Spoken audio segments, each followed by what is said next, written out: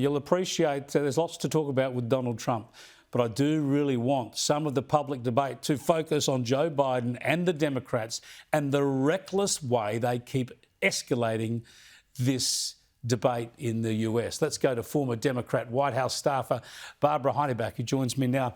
Barbara, great to talk to you again. As someone who's lived through those tumultuous 60s and as a lifelong Democrat, and you've seen the horrors of political assassinations and division on the streets of the US, what did the weekend's events erupt in you? What is your interpretation of what's unfolding now?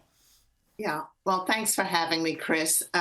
Lifelong Democrat. One more time, I need to stress, I didn't leave the Democrat Party. It left me because it's not the party that it was back in the 60s. You know, I remember when my dad was so excited about voting every year, and especially once every 4 years.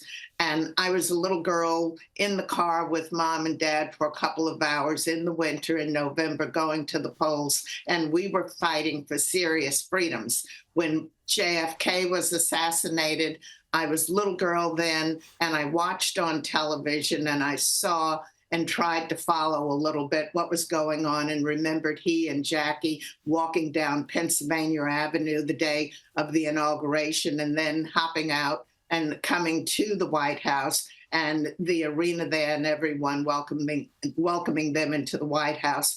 And it was a new day for America. And then shortly thereafter, at the assassination, we followed for the whole weekend. I remember things were shut down.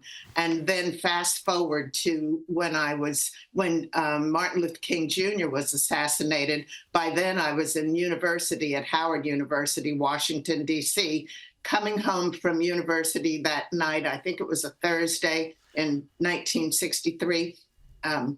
1960, when was it? 1968 for Martin Luther King.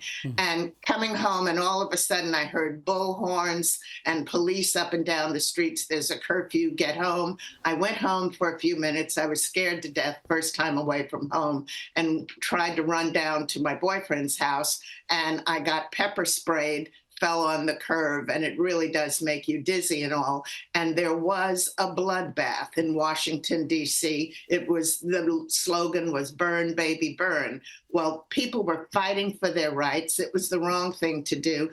Two wrongs will never make a right. And I think one of the most famous quotes that Martin Luther King Jr. ever said, "An eye for an eye and a tooth for a tooth will make us all blind and toothless." Barbara, these are traumatic memories, but tell me how you think of the weekend's events and how they play into that narrative and that history, how concerned you are about American democracy right now. I'm terribly concerned, Chris, because you can't have it both ways. And just as you were trying to get from Bob Carr, he refused to talk about all of the rhetoric that has come from the Democrat side for the last 8 years. Hillary called anyone who was wearing a red hat, said you're deplorables. And then we have we have Biden talking about democracy will end as we know it. And who was it that absolutely demonized Donald Trump from day one? And then they've had him in all of these court cases and all. And yet we can't even see Biden make his way through a debate.